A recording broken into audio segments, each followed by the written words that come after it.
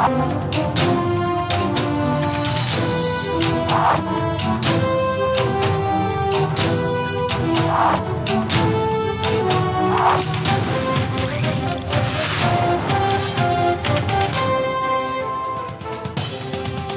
தொலைக்காட்சிக்காக இரவு செய்திகளை வழங்குவது செம்மல ரமேஷ். முக்கிய செய்திகள். லஞ்சம், ஊழல் மற்றும் அரசின் நிர்வாக சீர்கேடுகளை சுட்டிக்காட்டும் பத்திரிகைகளுக்கு நெருக்கடி கொடுப்பதா? அதிமுக அரசுக்கு கேப்டன் விஜயகாந்த் கடும் கண்டனம்.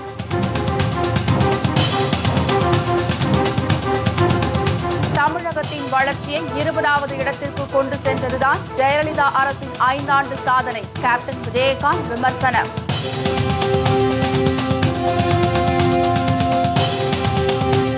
பருவநிலை மாற்றம் உலகிற்கே பெரும் சவாலாக உள்ளது. பாரிஸில் நடந்த பருவநிலை மாற்ற மாநாட்டில் பிரதமர் மோடி பேச்சு.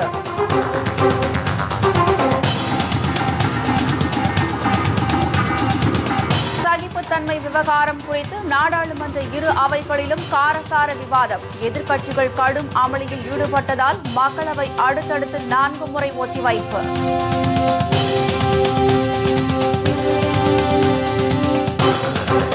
முதலமைச்சர் ஜெயலலிதா செல்லும் சாலையை மட்டுமே சீரமைக்கும் மாநகராட்சி நிர்வாகத்திற்கு கண்டனம். மற்ற சாலைகளை கண்டுகொள்வதில்லை என வாகன ஓட்டிகள் மற்றும் பொதுமக்கள் குற்றச்சாட்டு.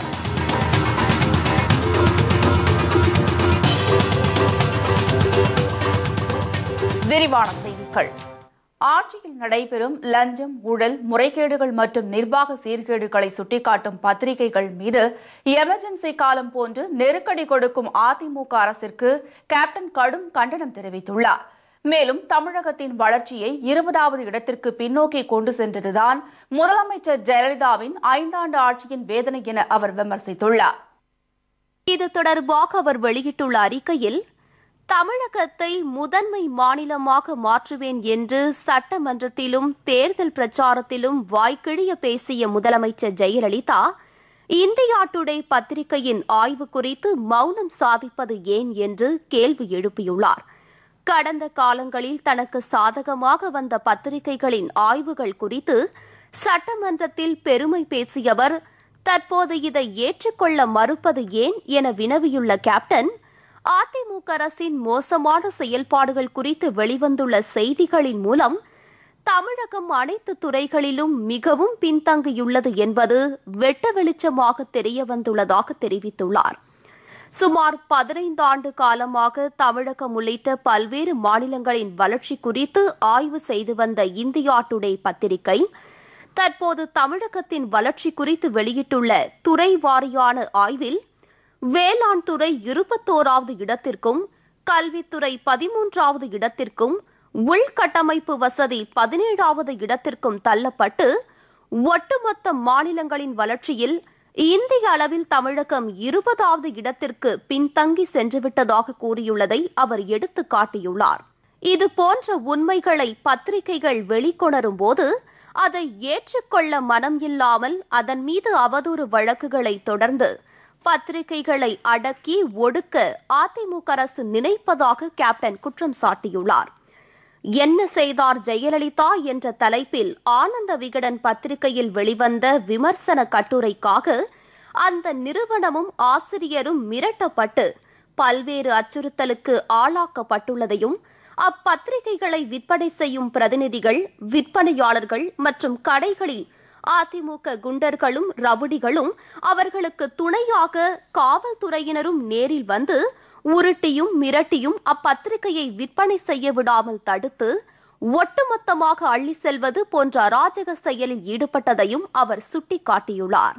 மேலும் ஆனந்த விகடன் பத்திரிகையின் முகநூல் பக்கத்தை இயங்க விடாமல் தடை செய்யப்பட்டுள்ளதாகவும், இதற்கெல்லாம் அரசியல் காரணமாக இருக்கலாம் என்று அப்பத்திரிகை நிறுவனம் குற்றம் சாட்டியுள்ளதை கேப்டன் நினைவு கூர்ந்துள்ளார். தினமலர், ஆனந்த விகடன் பத்திரிகைகளை பறிமுதல் செய்த அதிமுகவினர் அகில இந்திய அளவில் முன்னணி பத்திரிகையான இந்தியா டுடே பத்திரிகையை விட்டு வைத்திருப்பது ஏன் என்பது $1,000,000 கேள்வி என கூறியுள்ளார். நீலகிரி, கோவை, திருப்பூர் மாவட்டங்களில் தினமலர் நாளிதழின் மூலம் அதிமுக அரசுக்கு எதிரான கருத்துக்களுடன் கூடிய விளம்பரங்கள் வெளியிடப்படுவதாக கூறி அப்பத்திரிகை விற்பனை செய்யப்படுவது தடுக்கப்பட்டுள்ளதாக அவர் சாடியுள்ளார்.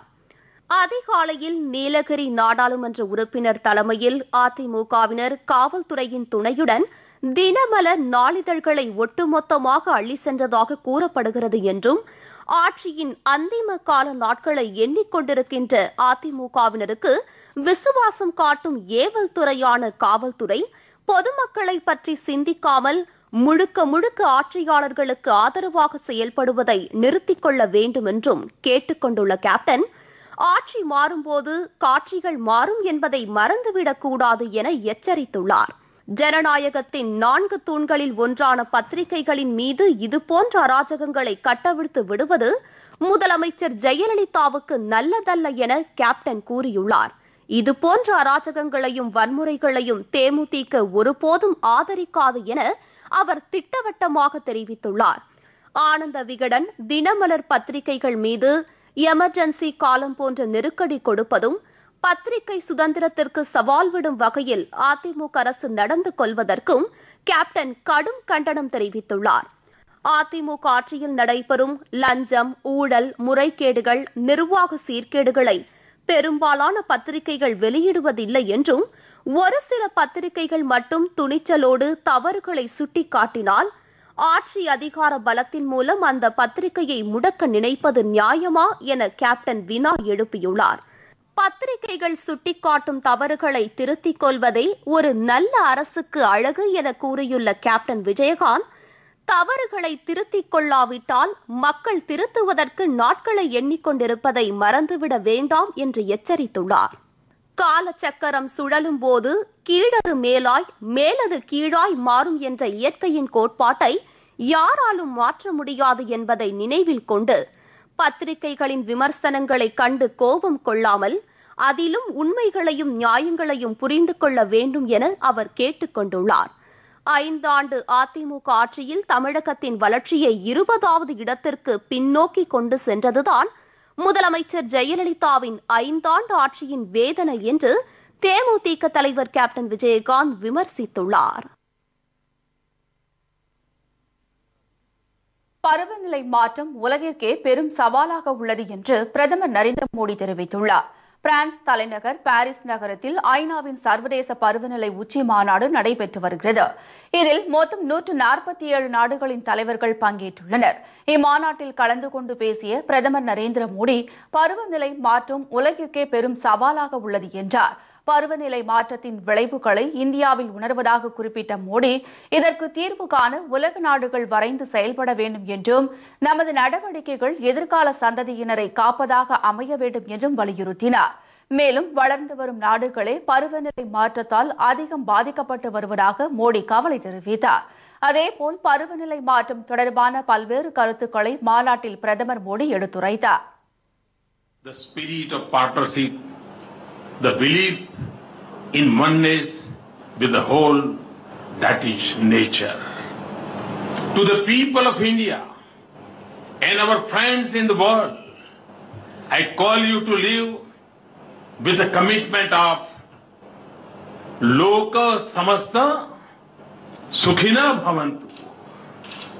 The desire of well-being should include our planet, our nature, all countries and the entire humanity. முன்னதாக பல்வேறு நாடுகளின் தலைவர்களை பிரதமர் மோடி சந்தித்து பேசினார். அத்துடன் பாகிஸ்தான் பிரதமர் நவாஸ் ஷெரீப், பிரான்ஸ் அதிபர் ஹோலண்டே, இலங்கை அதிபர் மைத்ரிபால சிறிசேனா, பொலிவிய அதிபர் ஈவோ மொரலேஸ் உள்ளிட்ட பல நாட்டு தலைவர்களையும் அவர் சந்தித்து பேசினார். இந்த மாநாட்டின் லாபி அறையில் பாகிஸ்தான் பிரதமர் நவாஸ் ஷெரீப்புடன் கைகுலுக்கிய பிரதமர் மோடி சிறிது நேரம் இருவரும் தற்போதைய அரசியல் நிலைமைகள் குறித்து உரையாடினர். இந்த சந்திப்பு முக்கியத்துவம் வாய்ந்ததாக கருதப்படுகிறது.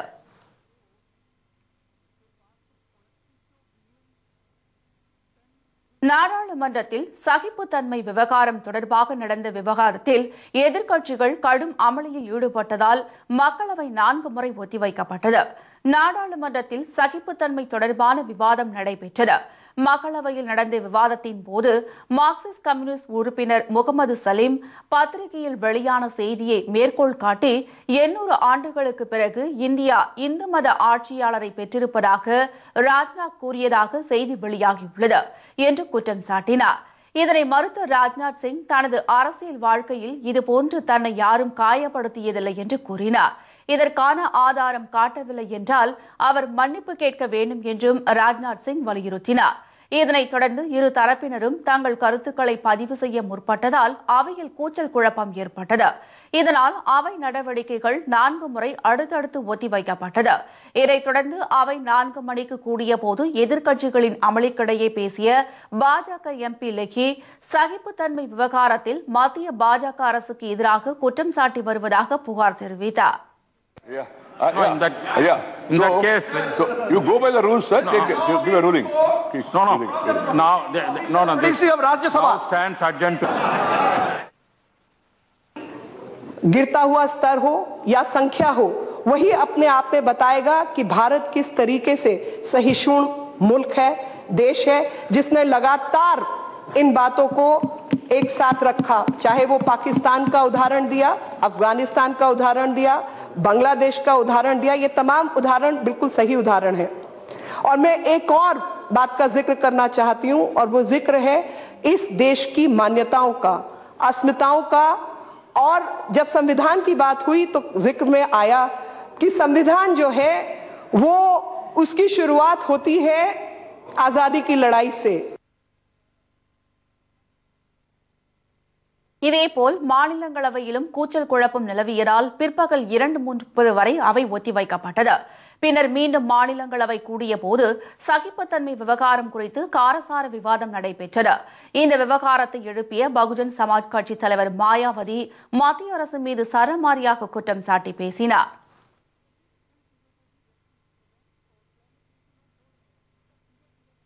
சென்னை மாநகராட்சி நிர்வாகம் முதலமைச்சர் ஜெயலலிதா செல்லும் சாலைகளை மட்டுமே சீரமைப்பதாகவும் மற்ற சாலைகளை கண்டுகொள்வதில்லை என்றும் வாகன ஓட்டிகள் மற்றும் பொதுமக்கள் குற்றச்சாட்டு தெரிவித்துள்ளனர். கடந்த சில வாரங்களாக கொட்டி தீர்த்த கனமழையால் சென்னை உள்ளிட்ட பெரும்பாலான மாவட்டங்களில் சாலைகள் சின்னாபின்னமாகியுள்ளன. தமிழகத்தின் தலைநகரமான சென்னையில் குண்டும் குழியுமாகவும் மரண பள்ளங்களாகவும் உருமாறியுள்ள சாலைகளில் மழை நீரும் தேங்கியிருப்பதால் வாகன ஓட்டிகள் உயிரை கையில் பிடித்துக் கொண்டு பயணிக்க வேண்டியுள்ளது.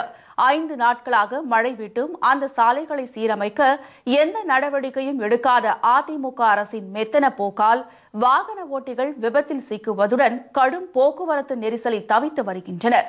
இந்த நிலையில் தற்போது மீண்டும் மழை கொட்ட தொடங்கியுள்ளதாலும் அடுத்த 3 நாட்களுக்கு கனமழை நீடிக்கும் என்றும் சென்னை வாசிகள் அதிர்ச்சியில் ஆழ்ந்துள்ளனர். சென்னையில் பல்வேறு இடங்களில் போக்குவரத்து ஸ்தம்பித்துள்ளது. என்னால வண்டி ஓட்ட முடியல சார். ரொம்ப டிராபிக்கா இருக்கு. போற வர இந்த மழை லாஸ்ட் டைம் மழையில இதே மாதிரி மழை வந்திருக்கு. அதனால ரொம்ப டிராபிக்கா இருக்கு சார். வண்டி ஓட்ட ரொம்ப கஷ்டமா இருக்கு. டிராபிக் எரிச்சல் தான் ரொம்ப டிஃபிகல்ட்டா இருக்கு. வண்டி ஓட்ட எரிச்சலா இருக்கு. இந்த சைட்ல அந்த சைட்ல வண்டி ஓட்ட முடியல. ரோடெல்லாம் உங்களுக்கு அப்படிதான் ரொம்ப கடல் மணலா தான் இருக்கு. பட் என்னன்னா ரொம்ப போகும்போதெல்லாம் ஓட்டுமா ரொம்ப பாதுகாப்பா ஓட்டுதான் இருக்கு. நகரின் பிரதான சாலைகள் குண்டும் குழியுமாகவும் போக்குவரத்து தகுதியற்று கிடக்கும் நிலையில் முதலமைச்சர் ஜெயலலிதா போயஸ் தோட்டத்திலிருந்து கோட்டைக்கு செல்லும் சாலையை மட்டும் மாநகராட்சி நிர்வாகமும் நெடுஞ்சாலைத்துறையும் தூசி கூட பறக்காத அளவிற்கு பராமரித்து வருவதாக பொதுமக்கள் குற்றம் சாட்டியுள்ளனர். மற்ற சாலைகளை மருந்தளவிற்கு கூட கண்டுகொள்ளாத மாநகராட்சி நிர்வாகத்திற்கு அவர்கள் கடும் கண்டனம் தெரிவித்துள்ளனர். ரொம்ப வண்டியே ஓட்ட முடியல. பள்ளம் மேடு வண்டி ஒரு சவாரி எடுத்துன்னு போனா யோகராடு கட் ஆயிடுது, இது சைலன்சர் கட் ஆயிடுது, பள்ளம் சுத்தமா தெரிய மாட்டேங்குது, ரோட் லைட் இருக்க மாட்டேங்குது. ரொம்ப ரொம்ப ரொம்ப மிக சிரமமாக இருக்கு. மக்களின் ஓட்டுகளை வாங்கி ஆட்சியில் அமர்ந்து கோடி கோடியாக சொத்துக்களை குவித்து வரும் ஜெயலலிதா மக்களின் நலனில் அக்கறை செலுத்தாமல் சொத்து குவிப்பு வழக்கில் மீண்டு வருவது எப்படி என்பது குறித்தும் தனது ஆட்சியை விமர்சிப்பவர்கள் மீது அவதூறு வழக்குகளை போடுவதற்கே தனது நேரத்தை செலவழித்து வருவதாக சமூக ஆர்வலர்கள் குற்றம் சாட்டியுள்ளனர். 2011 சட்டமன்ற தேர்தலின் போது காரில் ஊர் ஊராக சென்று வாக்கு சேகரித்த ஜெயலலிதா ஆட்சிக்கு வந்த பின்னர் கோட்டைக்கு செல்வதை தவிர்த்து வேறு எங்கு சென்றாலும் தனி விமானத்திலும் ஹெலிகாப்டரிலுமே பறந்து மக்கள் வரி பணத்தை நாசப்படுத்தி வருவதாக சமூக ஆர்வலர்கள் குற்றம் சாட்டியுள்ளனர். மீண்டும் அவரது கையில் ஆட்சியை ஒப்படைத்தால் தனது போயஸ் தோட்ட இல்லத்திலிருந்து தலைமை செயலகத்திற்கு கூட ஹெலிகாப்டரில் பறந்து செல்வார் என்பதில் சந்தேகமில்லை என விமர்சிக்கின்றனர் ஆர்வலர்கள். சென்னையில் குடியிருப்பு பகுதியில் தேங்கியுள்ள மழைநீரை அகற்றக் கோரி மனு அளிக்கச் சென்ற தேமுதிகவினர் மீது அதிமுகவினர் நிகழ்த்திய அராஜக தாக்குதலுக்கு பாஜக மாநில தலைவர் தமிழிசை சவுந்தரராஜன் கடும் கண்டனம் தெரிவித்துள்ளார். சென்னை கமலாலயத்தில் பேசிய அவர், வெள்ள நிவாரணத்தை தாங்கள் மட்டும் வழங்குவதைப் போல் ஒரு மாய தோற்றத்தை அதிமுகவினர் உருவாக்கி வருவதாக குற்றம் சாட்டினார். ஆலந்தூரில் மழை வெள்ள நீரை அகற்றுவது தொடர்பாக மனு அளிக்கச் சென்ற தேமுதிகவினர் மீது அதிமுகவினர் நிகழ்த்திய அராஜக தாக்குதலுக்கு அப்போது அவர் கண்டனம் தெரிவித்தார். ஒரு நடைமுறை இல்லாமல் ஆளும் கட்சியினர் தான் ஏதோ மக்களுக்கு உதவி செய்கிறார்கள், எதிர்க்கட்சியினர் மக்களுக்கு உதவி செய்தால் அவர்கள் தாக்கப்படும் ஒரு நிலை இருக்கிறது. ஏற்கனவே வட சென்னையில் எங்கள் கட்சி தொண்டர்கள் அங்கே உணவு பரிமாற சென்ற பொழுது அங்கே காவல்துறையினரால் தடுத்து நிறுத்தப்பட்டிருக்கிறார்கள். அதே போல தேமுதிக நிர்வாகிகள் அங்கே மக்களுக்கான பிரச்சனையை புகார் அளிக்க சென்ற நேரத்தில் அவர்கள் தாக்கப்பட்டு அவர்கள் மீதே வழக்கு போடப்பட்டிருக்கிறது. யார் தாக்கப்படுகிறார்களோ அவர்கள் மீதே வழக்கு போடும் ஒரு மோசமான சூழ்நிலை தமிழகத்தில் நிலவிக் கொண்டிருக்கிறது. அதனால் அதற்கான கண்டனத்தையும் தெரிவித்து, மேலும் மக்களுக்கு வெள்ள நிவாரணம் வழங்கும் எதிர்க்கட்சியினர் தாக்கப்படுவதாக சாடிய தமிழிசை, இது தொடர்பாக காவல் நிலையத்தில் புகார் அளிக்கச் சென்றால் புகார் கொடுப்பவர் மீதே காவல்துறையினர் வழக்கு பதிவு செய்யும் அவல ஆட்சி தற்போது நடைபெற்று வருவதாக விமர்சித்தார்.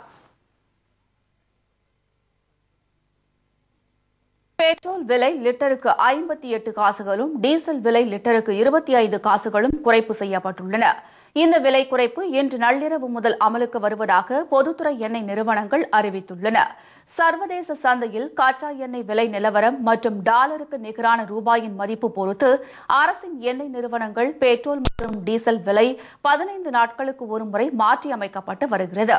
ஒவ்வொரு மாதமும் 1ஆம் தேதி மற்றும் 15 ஆகிய தேதிகளில் விலை மாற்றம் செய்யப்படுகிறது. அந்த வகையில் பெட்ரோல் விலை லிட்டருக்கு 58 காசுகளும் டீசல் விலை லிட்டருக்கு 25 காசுகளும் குறைப்பு செய்யப்பட்டுள்ளன. இந்த விலை குறைப்பு இன்று நள்ளிரவு முதல் அமலுக்கு வருகிறது.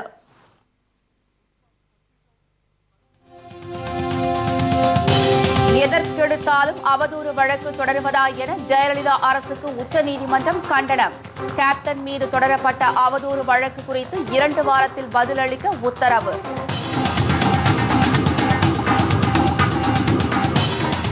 சென்னை மற்றும் காஞ்சிபுரத்தில் மின்சாரம் தாக்கி 2 பெண்கள் பலி. மின்வாரியத்தின் அலட்சியமே காரணம் என உறவினர்கள் குற்றச்சாட்டு. மற்றும் பல செய்திகள் விளம்பர இடைவெளி தொடர்கின்றன. எதிர்க்கட்சித் தலைவர் கேப்டன் விஜயகாந்த் உள்ளிட்ட பலர் மீது இவ்வளவு அவதூறு வழக்குகள் தொடரப்படுவது ஏன் என கேள்வி எழுப்பியுள்ள உச்சநீதிமன்றம், எதற்கெடுத்தாலும் அவதூறு வழக்கு தொடர்வதை பார்க்கும்போது அரசு இயந்திரம் சரியாக செயல்படவில்லை என்பதையே காட்டுகிறது என கண்டனம் தெரிவித்துள்ளது. தேமுதிக தலைவரும் தமிழக எதிர்க்கட்சி தலைவருமான கேப்டன் விஜயகாந்த், திருமதி பிரேமலதா விஜயகாந்த் மற்றும் கட்சியின் 3 எம்எல்ஏக்கள் மீது தமிழக அரசு பல்வேறு அவதூறு வழக்குகளை தாக்கல் செய்துள்ளது. இந்த வழக்குகளை தள்ளுபடி செய்ய கோரி கேப்டன் சார்பில் வழக்கறிஞர் GS மணி உச்சநீதிமன்றத்தில் வழக்கு தொடர்ந்தார். இந்த மனு இன்று விசாரணைக்கு வந்தபோது தமிழகத்தில் ஏன் இவ்வளவு அவதூறு வழக்குகள் தொடரப்பட்டுள்ளன என கேள்வி எழுப்பிய நீதிபதிகள், அரசின் செயல்பாடுகளை விமர்சிப்பதுதானே எதிர்க்கட்சித் தலைவரின் பணி என அதிமுக அரசுக்கு கூட்டு வைத்தனர். எதற்கெடுத்தாலும் அவதூறு வழக்கு தொடர்வதை பார்க்கும்போது அரசு இயந்திரம் சரியாக செயல்படவில்லை என்பதையே காட்டுகிறது என நீதிபதிகள் காட்டமாக கூறினர். பின்னர் கேப்டன் விஜயகாந்த் மீதான அவதூறு வழக்குகள் குறித்து தமிழக அரசு 2 வாரத்தில் பதிலளிக்க வேண்டும் என நீதிபதிகள் உத்தரவிட்டுள்ளனர். அவதூறு வழக்குகளை எவ்வளவுக்கு எவ்வளவு அரசியல் தலைவர்கள் மேலும் இல்லை என்றால் இந்த அரசாங்கத்தை யார் யாரெல்லாம் விமர்சனம் செய்கிறார்களோ, குறிப்பாக கேப்டன் விஜயகாந்த் அவர்களாக இருக்கட்டும், காங்கிரஸ் கட்சியின் மாநில தலைவர் EK சிலங்கோ அவர்களாக இருக்கட்டும், இந்த அரசாங்கத்தில் செய்கின்ற இந்த அமைச்சர்கள் செய்கின்ற ஊழல்களை எப்பொழுதெல்லாம் மக்களுக்கு வெளிப்படுத்துகிறார்களோ, பத்திரிகைகள் மூலமாக வெளிப்படுத்துகிறார்களோ, அப்பொழுதெல்லாம் அவதூறு வழக்குகள் பாய்கின்றது. மூத்த வழக்கறிஞர்கள் எல்லாம் ஆர்கியூ பண்ணியிருக்காங்க. அதை பேஸ் பண்ணி அந்த வழக்கில் ஒரு ஆர்டர் ரிசர்வ் பண்ணியிருக்காங்க.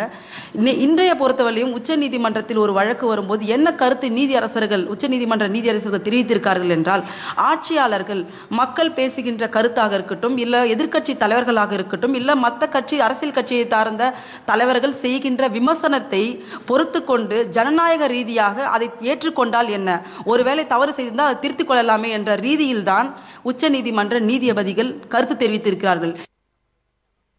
கல்பாக்கம் அருகே மின்கம்பி அறுந்து விழுந்ததில் நடந்து சென்ற பெண் ஒருவர் மின்சாரம் தாக்கி உயிரிழந்தார். மேலும் அங்கிருந்த கறவை மாடு ஒன்று மின்சாரத்தில் பாய்ந்து பலியானது. காஞ்சிபுரம் மாவட்டம் கல்பாக்கம் அடுத்துள்ள தென்பட்டினம் கிராமத்தில் வசித்து வந்தவர் மல்லிகா. இவர் வீட்டின் அருகே சாலைகளில் தேங்கி நின்ற மழை நீரில் நடந்து அங்குள்ள கடைக்கு சென்றதாக கூறப்படுகிறது. அப்போது மரம் ஒன்று முறிந்து விழுந்து மின்சார கம்பி அறுந்து தண்ணீரில் விழுந்துள்ளது. இதில் மல்லிகா மின்சாரம் தாக்கி சம்பவ இடத்திலேயே பரிதாபமாக உயிரிழந்தார். அங்கு கட்டி வைக்கப்பட்டிருந்த மாடு ஒன்றும் மின்சாரம் பாய்ந்து பலியானது. மின்வாரியத்தின் அலட்சியமே இந்த உயிரிழப்புகளுக்கு காரணம் என உறவினர்கள் குற்றம் சாட்டியுள்ளனர். 5 மணிக்கு பால் வாங்கலான்னு போனாங்க. மரம் சாஞ்சி மழையில ஊத்துல ஊறி காத்தடிச்சு அந்த மரம் அந்த ஒயர் மேல சாஞ்சி விழுந்து ஃபுல்லா அந்த ஒயர் அறுத்துன்னு விழுந்து இவங்க பார்க்காத போயிட்டு அந்த ஒயர் அவங்க மேல தாக்கி அங்கேயே அந்த ஸ்பாட்லயே போயிட்டாங்க. மாடு கூட செத்து போயிடுச்சுங்க. ஃபுல்லாங்க தண்ணி, மழை தண்ணி. அங்க யாருமே எதுவுமே பண்ணவே இல்லை. பார்த்துட்டு போனாங்களா கண்டி அந்த மழை தண்ணி யாரும் வெளியே எடுக்கவே இல்லைங்க. அப்படியே இருந்ததுங்க அந்த தண்ணி. எந்த நடவடிக்கையும் எடுக்கல. மின்சாரம் பாய்ந்து மூதாட்டி மற்றும் மாடு பலியான சம்பவம் அக்கிராம மக்களை பெரும் சோகத்தில் ஆழ்த்தியுள்ளது. இதேபோல் சென்னை வியாசர்பாடியில் அறுந்து விழுந்து கிடந்த மின்கம்பியை மிதித்த பெண் ஒருவர் பலியானார். தரமற்ற முறையில் கொள்முதல் செய்யப்படும் மின்கம்பி மற்றும் மின்கம்பங்கள் மழை காற்றுக்கு தாக்குப்பிடிக்க முடியாமல் பல்வேறு இடங்களில் அறுந்து விழுந்து உயிரை காவு வாங்கி வருவதாக தொடர்கதையாக உள்ளது. அரசு ஊழியர்களை தரக்குறைவாக பேசிய திருப்பெரும்புதூர் அதிமுக சட்டமன்ற உறுப்பினர் மீது நடவடிக்கை எடுக்க கோரி காஞ்சிபுரம் மாவட்ட ஆட்சியரிடம் வருவாய்த்துறை ஊழியர் சங்கம் சார்பில் புகார் மனு அளிக்கப்பட்டது. காஞ்சிபுரத்தில் கடந்த 20 நாட்களாக பெய்த மழை வெள்ளத்தால் பாதிக்கப்பட்ட மக்களுக்கு தேவையான நிவாரணங்களை தான் சொல்லும் நபர்களுக்கு மட்டுமே வழங்க வேண்டும் என்று வருவாய்த்துறை ஊழியர்களை திருப்பெரும்புத்தூர் அதிமுக சட்டமன்ற உறுப்பினர் பெருமாள் வற்புறுத்தி வருவதாக கூறப்படுகிறது. இதனிடையே நிவாரணம் வழங்கும் விழாவின் போது பெண் வருவாய் ஊழியர் ஒருவரை சட்டமன்ற உறுப்பினர் தரக்குறைவாக வார்த்தையால் பேசியுள்ளார். இதற்கு கண்டனம் தெரிவித்து வருவாய்த்துறை ஊழியர்கள் மாவட்ட ஆட்சியரிடம் புகார் மனு அளித்தனர்.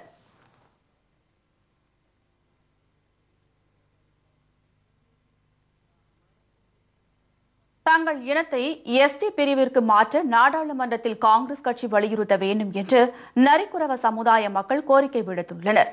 முந்தைய காங்கிரஸ் ஆட்சியின் போது நரிக்குறவர்களை எம்பிசி பிரிவில் இருந்து எஸ்டி பிரிவிற்கு மாற்றும் சட்ட மசோதாவை அக்கட்சி கொண்டு வந்தது. ஆனால் வாக்கெடுப்பு தோல்வியடைந்ததால் அம்மசோதா நிறைவேற்றப்படவில்லை. இந்நிலையில் சென்னையில் உள்ள காங்கிரஸ் அலுவலகத்தில் நரிக்குறவர்கள் கோரிக்கை மனு ஒன்றை அளித்தனர்.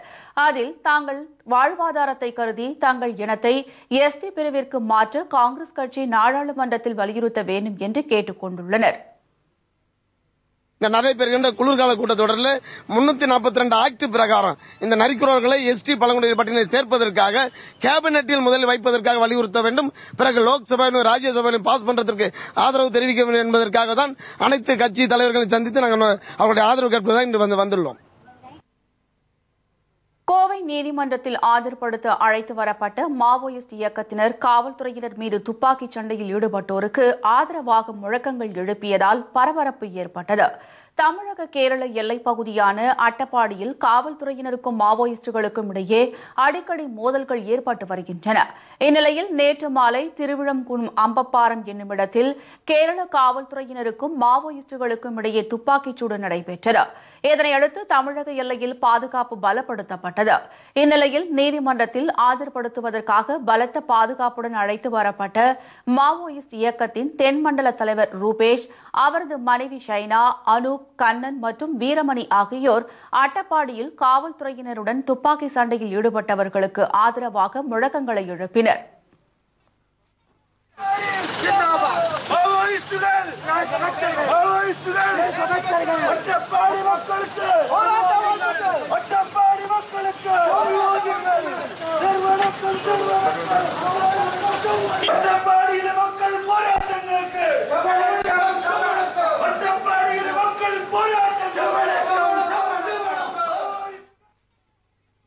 இதனையடுத்து நீதிபதி பொங்கியப்பன் முன்பு ஆஜர்படுத்தப்பட்ட அவர்களுக்கு வருகிற 21ஆம் தேதி வரை காவலை நீட்டித்து நீதிபதி உத்தரவிட்டார். பின்னர் பலத்த போலீஸ் பாதுகாப்புடன் அவர்கள் கோவை மத்திய சிறைக்கு அழைத்துச் செல்லப்பட்டனர். நீதிமன்ற வளாகத்தில் மாவோயிஸ்ட் இயக்கத்தினருக்கு ஆதரவாக முழக்கங்கள் எழுப்பப்பட்ட சம்பவம் அங்கு பரபரப்பை ஏற்படுத்தியது. பந்து வீச்சாளர்களுக்கான சர்வதேச தரவரிசை பட்டியல் வெளியிட்டது ICC. 2வது இடத்திற்கு முன்னேறினார் தமிழக கிரிக்கெட் வீரர் அஸ்வின். விவரம்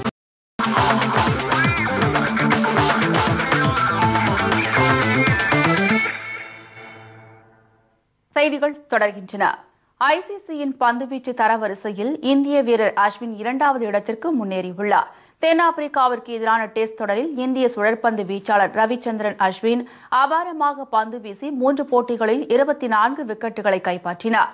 இதனால் ICCயின் பந்துவீச்சு தரவரிசையில் முதன்முறையாக 2வது இடத்திற்கு அவர் முன்னேறியுள்ளார். 5வது இடத்திலிருந்து அவர் 3 இடங்கள் முன்னேறி 2வது இடத்தை பிடித்துள்ளார். முதல் இடத்தை தென்னாப்பிரிக்க வீரர் ஸ்டெயின் தக்க வைத்துள்ளார். பேட்டிங்கில் முரளி விஜய் தொடர்ந்து 12வது இடத்திலும், புஜாரா ஒரு இடம் பின்தங்கி 15வது இடத்திலும், விராட் கோலி ஒரு இடம் முன்னேறி 16வது இடத்திலும் உள்ளனர். இத்துடன் செய்திகள் நிறைவடைகின்றன. மீண்டும் செய்திகள் நாளை காலை 7 மணிக்கு. செய்திகளை உள்ளது உள்ளபடி உடனுக்குடன் தெரிந்து கொள்ள நமது கேப்டன் நியூஸ் தொலைக்காட்சி